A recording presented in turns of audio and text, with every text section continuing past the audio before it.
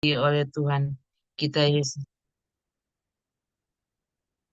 Ah, Lanjut Oma, ada direkam. iya. Terima kasih. Torang pe tema malam hari ini yaitu tipu atau pendusta. Torang so baca sama-sama tadi itu firman Tuhan. Nah, teman-teman yang dikasih oleh Tuhan Yesus, torang semua tahu bahwa uang itu adalah untuk memenuhi kehidupan kita sehari-hari. Jadi uang itu penting untuk orang kehidupan sehari-hari. Jadi kalau orang mau pergi di warung ya nak mungkin kan orang mau pi PT daun lemong, kau mau pi patu tanta deng om, ini daun lemong mau tukar garam atau mau tukar super mie itu harus dengan uang. Jadi betapa dan itu penting dan itu uang. Tapi itu uang itu bukan segala-galanya. Nah, jadi kita sebagai orang percaya atau kita sebagai orang-orang yang sudah diselamatkan, yang sudah ditebus, dibeli dengan darah yang mahal, kita harus bijak. Jadi orang harus bijak dalam mengelola keuangan kita. Nah, ada banyak sekali orang sekarang itu dorang rajin cari doi, mengejar uang. Siang kalau siang, ada tuh sampai rela tahan dorang pe mata untuk mau cari uang. Tapi yang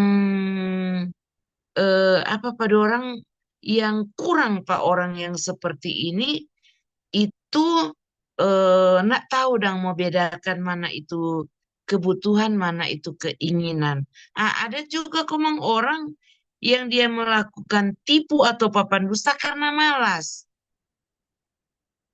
Ya, itu. Jadi ini torang diingatkan. Torang, apalagi kalau uang itu, kalau torang itu sebagai pelayan Tuhan, aduh peka sekali. Sangat peka. Torang pekerja Tuhan itu. Itu eh, itu di uang, itu firman Tuhan itu bisa ditolak oleh orang banyak karena orang itu terlalu mengutamakan uang, terlalu cinta uang. Nah, jadi bagaimana teman-teman caranya supaya orang bisa mengelola orang keuangan secara benar dan secara bijaksana? Orang mesti ingat bahwa orang mesti tahu membedakan mana itu kebutuhan, mana itu keinginan. Tapi sekarang tabo balik. Dunia sekarang tabo balik sekali. Dorang lebih utamakan tuh keinginan daripada itu kebutuhan. Makanya sekarang banyak di rumah tangga itu keluarga hancur berantakan. Karena apa? Laki susah-susah mencari, suami susah-susah mencari. Kenapa dia cuma ada sibuk klik-klik, tekan tombol, beli, bayar di tempat. Belum tuh dia mau utang sana sini. Belum tuh kalau ada orang datang antar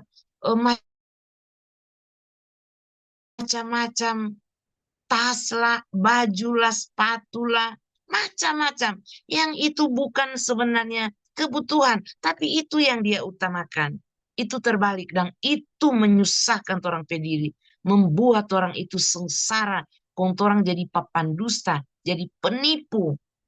Nah, bagaimana orang kalau orang nggak bisa bedakan mana itu kebutuhan, mana tuh keinginan, sementara orang pe posisi, sementara orang pe status itu sebagai pelayan Tuhan, sebagai hamba Tuhan.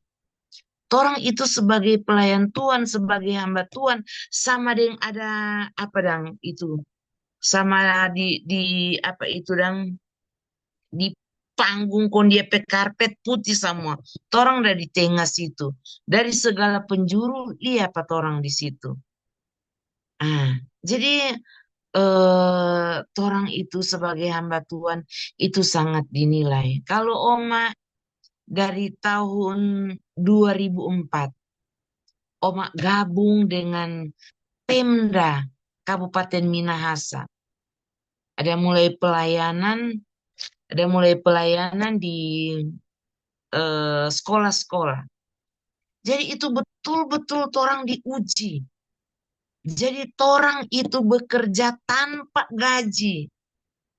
Mesti bangun pagi-pagi sampai mesti kumpul di salah satu tempat. Jangan terlambat. Kalau terlambat, oto Pemda lari akang. Sampai di sekolah, torang mesti menyapu ruangan, torang mesti angkat kursi, torang mesti bersih-bersih dulu, atur tuh ruangan secara rapi, baru mulai itu pelayanan penginjilan. Itu tanpa digaji. No bayangkan kalau torang itu sebagai hamba Tuhan, sebagai pelayan Tuhan, untuk orang mau melayani Tuhan, tujuan doi konyol torang pe pelayanan. Tuhan Yesus nak dimuliakan. Ada waktu itu kira-kira antara tahun 2006 sampai 2008. Ada orang yang dia nak bisa kelola DP uang, tapi dia pakai Omak Nur. Dia tahu Omak Nur itu apa? Sementara pelayanan dengan ibu mantan bupati waktu itu, Ibu Ola, sebagai apa? Waktu masih wakil bupati itu. Aduh, Omak Nur kurang riki pada dia sementara dia rayu tuh Ibu Ola. Tapi dia mengatasnamakan itu bersahabat dengan Omak Nur. Sudah Ibu Ola so kasih 1.500.000. Tunggu berapa hari ulang. Dia so balik ulang so lebih meningkat tuh dia permintaan. Oh, Omak komang dapat riki kok Omak tegur no. Omak tegur dia pulang. Jadi itu teman-teman. Torang ingat orang pestatus. Torang pestatus ini kalau berani torang melangkah melayani Tuhan, berarti torang berani itu hidup bijaksana. Dapat membedakan mana itu kebutuhan, mana itu keinginan. Tanya Pak Andi. Torang pe pelayanan Omak gabung dengan Kak Andi itu kira-kira tahun 2010 Kang Andi. Torang pe pelayanan itu, oh kasihan. Banyak kali kekurangan uang. Tapi torang tidak putus asa. Torang tidak putus asa. Bahkan torang so di tempat pelayanan so menipis kali itu keuangan. Tapi torang percaya yang torang ada layani itu adalah raja di atas segala raja. Dia mampu, dia sanggup membereskan, menyelesaikan torang pe masalah doi, torang pe masalah keuangan dengan cara Tuhan Yesus yang ajaib. Itu torang mesti pegang teman-teman.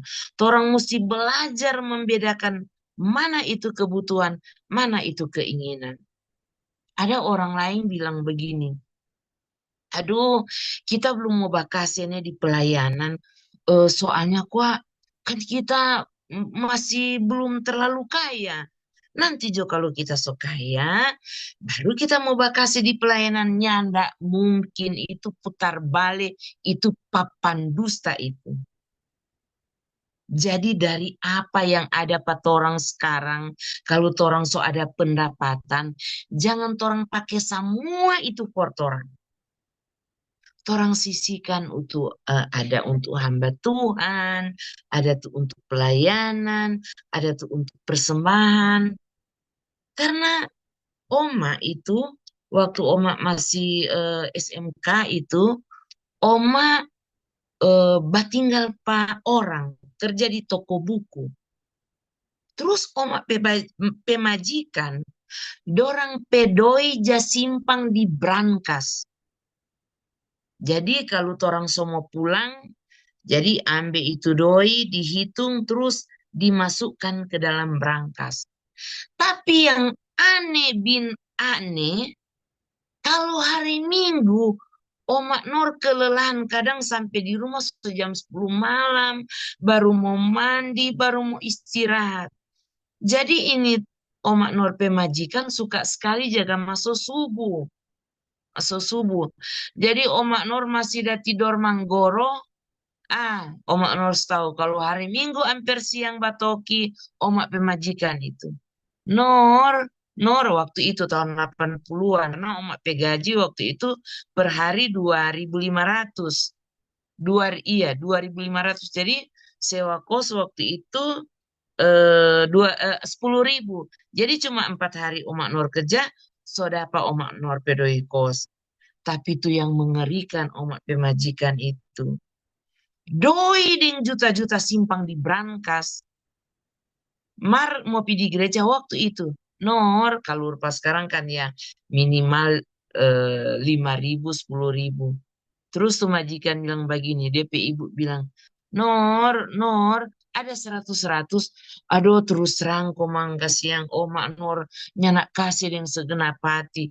Bersungut-sungut karena kita bilang buka main ngoni pedoi, ada di brankas yang juta-juta, kok ngoni mau pi masuk gereja, ngoni cuma mau minta pak kita tuh 100-100.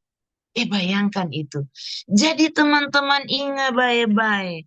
Kalau torang so ada pendapatan, jangan nanti tunggu kaya baru torang mau bakasih. Itu nak mungkin. Itu mustahil. Itu kalau juga so kaya, itu kurang keajaiban. Itu teman-teman. Jadi itu orang belajar mengelola torang pe keuangan. Ingat baik-baik. Dalam torang memenuhi torang pe kebutuhan hidup hari-hari, itu torang belajar membedakan mana itu kebutuhan, mana itu keinginan. Itu kebutuhan itu tuh mama-mama di dapur so mesti ada garam, ada minyak kelapa, ada gas, ada beras.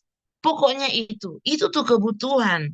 Jangan torang so beli tas karena ditawarkan kredit bayar kok 10 kali karena orang pesombong mau bagaya mau masuk gereja hari Minggu kok orang dia tuh kurang itu tuh tas beli dulu itu habis itu mau pakai air tuh tabung. Orang mau pi ambil pasir tuh garam atau mau isi kerikil di rice cooker itu harus orang mau isi beras, mau isi gas, bukan mau isi air. Tapi mengerikan sekarang, tabo balik sekali ini dunia. Nah, teman-teman, sadarilah. Orang pesta Tuhan, sekalipun orang nak pendeta. Iya, nyak pendeta, nyak bergelar pendeta. Tapi teman-teman orang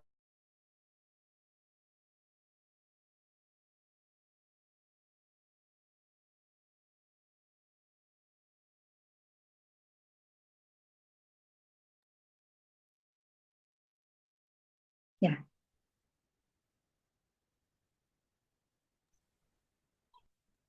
Oke, Karan tunggu Omak Nur ke jaringan. halo, sudah pada dengar? Oh, iya Omak. Nah, iya. Nah, teman-teman yang dikasih oleh Tuhan Yesus, ini kasus. Pernah orang sementara melatih itu apa? Itu guru-guru, guru-guru agama. Mm-mm. Sementara melatih itu guru-guru agama. Terus ada tuh guru agama bercurat begini. Aduh, kasihan EP memalukan sekali torang pe pendeta. Kenapa? Aduh, kasihan DP istri pe korban perasaan. Kenapa begitu? Itu dia ada naik mimbar, terus pe turun mimbar, itu majelis gereja lupa kasih tuh envelope. Serta sampai di rumah dia memutung pada pe istri. Pergi ngana balik di gereja. Pergi minta yang mana tuh envelope belum kasih. Di mana lah itu orang harga diri teman-teman sebagai pelayan Tuhan, sebagai hamba Tuhan. Bersyukur orang ini adalah manusia-manusia yang langka. Siapa langka? Karena terlalu sedikit orang mau memberi diri, mau melayani Tuhan tanpa digaji. Berbagai tantangan, pergumulan, penderitaan yang orang alami di pelayanan. Omak Nur pernah mau pi pelayanan di Bolangmondo Utara sana. Pigi Omak Nur yang bayar itu biaya transport, mau melayani di sana nak mau dapat envelope, mau pulang juga Omak yang mau tanggung sendiri. So di sana lay bayar doi transfer sendiri, nak mengharapkan envelope, kong hampir dapat usir. Kurang katuk jatah hibur no teman-teman. Filipi 1 ayat 29. Sebab kepada kamu dikaruniakan bukan saja untuk percaya kepada Kristus, melainkan juga untuk menderita untuk dia. Nah, orang lanjut teman-teman. Jadi itu. Jadi orang mesti mengelola, mesti membedakan mana itu keinginan, mana itu kebutuhan. Terus, karena apa? Ibrani 13 ayat 5 bagian besok kasih ingat atau orang. Ibrani 13 ayat 5. Janganlah kamu menjadi hamba uang. Jadi ini prinsip Alkitab. Di Ibrani 13 ayat 5 bilang, janganlah kamu menjadi hamba uang dan cukupkanlah dirimu dengan apa yang ada padamu. Karena Allah telah berfirman, aku sekali-kali tidak akan membiarkan engkau dan aku sekali-kali tidak akan meninggalkan engkau. Jadi jangan dia suka seingat firman Tuhan suka seingat. Janganlah kamu menjadi hamba uang. Jadi kalau orang mau melayani orang pe otak ini, orang pe pikiran ini so uang, buyar orang pe buyar orang pe pelayanan. Orang so fokus di apa yang orang mau beritakan. Orang kurang dah ingat-ingat kalau kita turun mimbar, berapa nado mau kasih 1 juta atau 500.000. Iblis akan pakai orang pe pikiran ini. Tapi orang mesti lawan orang pe serakah ini, orang pe ketamakan ini, orang taklukan tuh orang pe pikiran cuma uang, uang, uang. Di mana itu firman Tuhan ada bilang? 2 Korintus 5 ayat 10 bilang begini. 2 Korintus 10 ayat 5 bilang begini. Kami mematahkan setiap siasat orang dan merubuhkan setiap kubu yang dibangun oleh keangkuhan manusia untuk menentang pengenalan akan Allah. Kami menawan segala pikiran dan menaklukkannya kepada Kristus. Jadi kalau orang ingat tuh kata terakhir di 2 Korintus 10 ayat 5, kami menaklukkan. Jadi orang taklukkan di Pak Tuhan Yesus itu orang pikiran cuma tak pikir uang, uang, dan uang. Kalau orang so terlalu gila-gila dengan uang, orang so nak malu badusta. Di sana sini orang utang mengatasnamakan, ya, so ada sesuatu bilang, tapi mama so mati, atau tapi mak so mau mati, atau tapi papa so mati. Aduh, mengerikan itu Kalau orang pe mama masih hidup, orang so bilang mau pinyang doi karena tapi mama mati itu betul-betul orang anak durhaka itu. Dan itu dipertanyakan teman-teman. Kalau Pak orang itu hati so ada Tuhan Yesus, sekalipun dia so melayani Tuhan, itu dipertanyakan apakah betul-betul dia so ada Tuhan Yesus atau enggak. Memang kata ada ayat Alkitab yang bilang, tetapi kalau ada orang, Roma 4 ayat 5 bilang, tetapi kalau ada orang yang tidak bekerja, namun percaya kepada dia yang membenarkan orang durhaka, imannya diperhitungkan menjadi kebenaran. Kalau seandainya itu orang itu beriman, pasti dia akan hidup tenang. Penuh kegelisahan, nyanda ada ketenangan, rasa takut, rasa kecewa, bahkan marah-marah. Bahkan menyalahkan orang. Kalau orang mau karlota pada dia, padahal memang betul dia ada badusa, orang marah. No orang pe kemarahan itu bukan cuma sampai dimarah.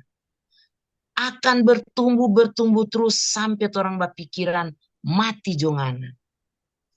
Ngana cerita-cerita tentang kita. Padahal memang betul. Jadi teman-teman hati-hati sekali. Hati-hati sekali dalam penggunaan uang. Karena akar segala kejahatan adalah cinta uang. Kalau orang percaya itu prinsip firman Tuhan di Ibrani 13 ayat 5. Janganlah kamu menjadi hamba uang dan cukupkanlah dirimu dengan apa yang ada padamu. Karena Allah telah berfirman, aku sekali-kali tidak akan membiarkan engkau dan aku sekali-kali tidak akan meninggalkan engkau. Dia nak pernah mau kasih biar, dia nak pernah mau kasih tinggal. Tanya Pak Andi, kalau selama ini dia pergumulan lagi, aduh kasihan. So ditampa pelayanan, so nak ada doi. Tapi apakah pernah Tuhan Yesus kasih biar, kasih tinggal pada dia? Dan teman-teman ini yang setia melayani? Nggak pernah kan? Nggak pernah. Karena apa? Torang itu jaga katu dapat pencobaan di pelayanan. Tapi teman-teman ingat baik-baik itu prinsip di 1 Korintus 10 ayat 13. Apa tuh dia bilang di sana? Pencobaan-pencobaan yang kamu alami ialah pencobaan-pencobaan biasa yang tidak melebihi kekuatan manusia. Sebab Allah setia dan karena itu ia tidak akan membiarkan kamu dicobai melampaui kekuatanmu. Pada waktu kamu dicobai, ia akan memberikan kepadamu jalan keluar. Memang betul. Siapa pemata nak mau silau kalau lihat, aduh, itu orang sana tuh, kok sana rupanya doi kote dia kaya Kang. Apalagi kalau dia so antar di rumah makan, dia makan jo. Kong ini itu doi. Aduh, memang katuk menggebu-gebu torang pe hati mulia itu. Tapi jangan torang terkecoh. Karena ada juga keluarga-keluarga yang itu tahap pertama dia mulia, mau uji pada orang. Oh, ini orang kote ini dia cuma pikir doi. Nah, torang ingat, besok-besok ini yang muda-muda ini mau ambil bagian dalam pelayanan, misalnya menjadi penatua, mau jadi syamas. Ingat baik-baik, torang pe tujuan melayani bukan uang. Torang harus percaya bahwa Tuhan Yesus dia bisa kasih itu uang dengan cara Tuhan Yesus yang ajaib. Nah, teman-teman diingatkan bahwa torang itu jangan torang jatuh ke dalam ketamakan, jatuh ke dalam cinta uang. Bahaya itu. Orang bisa hidupnya tidak tenang, tidak ada kedamaian, tidak ada kebahagiaan. Ingat baik-baik teman-teman. Itu doi itu tidak bisa beli orang terdamai di hati. Itu doi itu tidak bisa tukar itu kebahagiaan. Tidak bisa teman-teman. Nah, kita lanjut teman-teman yang dikasih oleh Tuhan Yesus.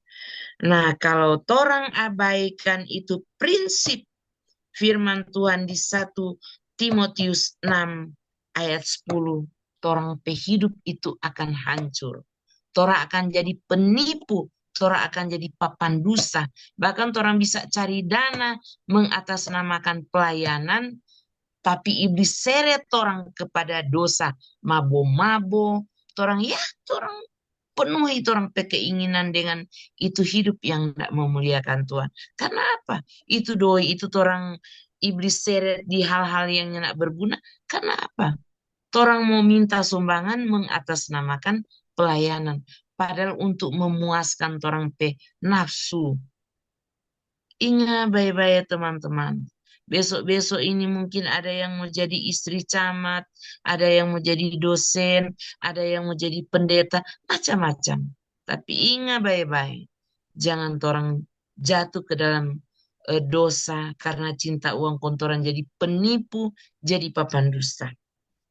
Orang pelayanan itu dicerca oleh orang lain, dihina oleh orang lain. Oma sedang bersyukur karena sekalipun Oma masih banyak kekurangan di hal-hal yang lain, tapi Oma komang menang di keuangan. Selalu Oma di mana-mana, selalu Oma kasih contoh doi. Oma dia bilang, siapa pemata nak mau silau adik-adik mahasiswa. Lihat ini 1 juta mau isi di amplop. 500.000. Anci suka doi. Tapi ini doi adik-adik mahasiswa. ndak bisa beli encik pe kedamaian, ndak bisa beli encik pe kebahagiaan. Encik pe harga diri ini seharga encik pe Tuhan Yesus yang ada mati di kayu salib karena ada pikul dan tanggung encik pe dosa-dosa. Itu teman-teman, ingat baik-baik itu. Terus teman-teman yang dikasih oleh Tuhan kita Yesus Kristus, biarlah orang tujuan hidup itu fokus. Apa tuh fokus? Fokus kepada apa? Orang ingat, itu Yesaya 43 ayat 7 bilang, semua orang yang disebutkan dengan namaku, yang kuciptakan untuk kemuliaanku, yang kubentuk, dan yang juga kujadikan. Jadi Allah menciptakan torang, Allah menempatkan torang di dunia yang fana ini dengan satu tujuan, yaitu hidup memuliakan Tuhan. No, itu hidup yang memuliakan Tuhan yang paling menyenangkan hati Tuhan Yesus itu apa, Kote? Itu memberitakan berita di atas segala berita. Kok apa teman-teman tuh berita di atas segala berita? Terutama tuh yang baru-baru gabung, kalau yang senior-senior dorong setahu itu. Jadi Oma mau kasih ingat ulang. Itu yang paling menyenangkan hati Tuhan Yesus yang orang melayani itu apa? Itu memberitakan berita Injil, kabar baik. 1 Korintus 15 ayat 2, 3 sampai 4 bilang, oleh Injil itu kamu diselamatkan, asal kamu teguh berpegang kepadanya, seperti yang telah kuberitakan kepadamu. Kecuali kalau kamu telah sia-sia saja menjadi percaya. Bagaimana tuh sia-sia menjadi percaya? So melayani Tuhan, marna ada Tuhan Yesus di hati. Enggak ada. Jadi dia pikiran cuma uang, uang, uang, menipu kon jadi papan dusta. Baru berikut ayat 3 dan 4 bilang, sebab yang sangat penting telah kusampaikan kepadamu, yaitu apa yang telah kuterima sendiri, ialah bahwa Kristus telah mati karena dosa-dosa kita, sesuai dengan kitab suci, sesuai dengan Alkitab, bahwa ia telah dikuburkan dan bahwa ia telah dibangkitkan pada hari yang ketiga sesuai dengan kitab suci. Teman-teman, kalau orang dapat tema apa saja, tema tentang ketaatan Abraham, tema tentang kesetiaan Yusuf, tema tentang ketaatan Nuh, itu semua bagus orang berkhotbah. Tapi orang mesti balik di berita di atas segala berita. Itu tuh berita Injil. Itu tuh kabar baik. Isi berita kabar baik apa? Syarat itu ada 5. Selalu orang mesti ingat itu. Itu 5 yang torang beritakan. Tema apa saja? Balik di 5. 5 poin ini. Pertama, torang mesti sampaikan bahwa torang ini orang berdosa. Torang tidak bisa hapus torang pedosa dengan torang kebaikan. Perbuatan baik memang baik. Allah senang kalau torang rajin berbuat baik. Tetapi perbuatan baik itu tidak menghapuskan torang pedosa-dosa. Efesus 2 ayat 8 dan 9 bilang, sebab karena kasih karunia, kamu diselamatkan oleh iman. Selamat bukan karena ndak rubuh akan tiang listrik, kau mati padede. Ndak. Selamat ndak dihukum di neraka, tapi pindah hidup kekal di sorga. Yohanes 5 ayat 24 bilang, aku berkata kepadamu, sesungguhnya kalau ada orang yang mendengar suaraku dan percaya kepada dia yang membenarkan, kepada dia yang mengutus aku, ia mempunyai hidup yang kekal dan tidak turut dihukum, sebab ia sudah pindah dari dalam maut ke dalam hidup. Baru syarat kedua, orang mesti percaya bahwa Tuhan Yesus itu, dia adalah Allah firman yang jadi manusia. Ada banyak orang bilang, iyo, kita percaya ini 4. Mari kita nak percaya bahwa Yesus itu adalah Allah yang jadi manusia. Tetap orang pehotbah itu konyol. Membawa orang ke neraka. Jadi syarat kedua, orang mesti ajarkan patuh orang-orang yang orang ada khotbah akan. bahwa Yesus itu Allah yang sudah jadi manusia. Oma Norda bilang, enggak. Firman Tuhan yang ada di Yohanes 1 ayat eh, Yohanes 1 ayat 1. Pada mulanya adalah firman. Firman itu bersama-sama dengan Allah dan firman itu adalah Allah. Yohanes 1 ayat 14 bilang, firman itu telah menjadi manusia dan diam di antara kita. Jadi itu syarat pertama, orang percaya tuh Efesus 2 ayat 8 dan 9. Cuma karena kasih karunia orang diselamatkan oleh iman. Itu bukan hasil usahamu, tetapi pemberian Allah. Itu bukan hasil pekerjaanmu. Jangan ada orang yang memegahkan diri. Ketiga teman-teman, syarat ketiga iman yang menyelamatkan. Itu orang percaya itu berita Injil kabar baik. Orang percaya sungguh-sungguh bahwa Tuhan Yesus dia so menderita sengsara, dia so dihina, diludahi, dianiaya, dicaci maki, dikasih pakai mahkota duri, ada sebagi bukan sama dengan cambuk kuda, tapi di ujung cambuk itu ada banyak logam-logam tajam. Tiap kali kasih tancap mau tarik, tak cabut-cabut dia pedaging, tak cura-cura di pedaging. Dia mampu, dia sanggup untuk babela diri. Tapi siapa dia nak babela diri? 2 Korintus 5 ayat 21 bilang, dia yang tidak mengenal dosa telah dibuatnya menjadi dosa karena kita, supaya dalam dia kita dibenarkan oleh Allah. Tuhan Yesus tahu bahwa tidak ada satu nabi, tidak ada satu rasul pun, tidak ada satu manusia pun yang mampu sanggup membereskan, menyelesaikan DP masalah dosa kecuali Tuhan Yesus. Itu syarat ketiga. Syarat keempat, orang mesti bilang pak orang-orang bahwa Tuhan Yesus pernah mati, tapi bangkit kau tidak pernah mati lagi. Itu di Yohanes 11 ayat 25 bilang, jawab Yesus, akulah kebangkitan daging dan hidup. Barang siapa percaya kepadaku, ia akan hidup walaupun ia sudah mati. Jadi dia kebangkitan dan hidup. Dia pernah mati tapi bangkit kau tidak pernah mati lagi.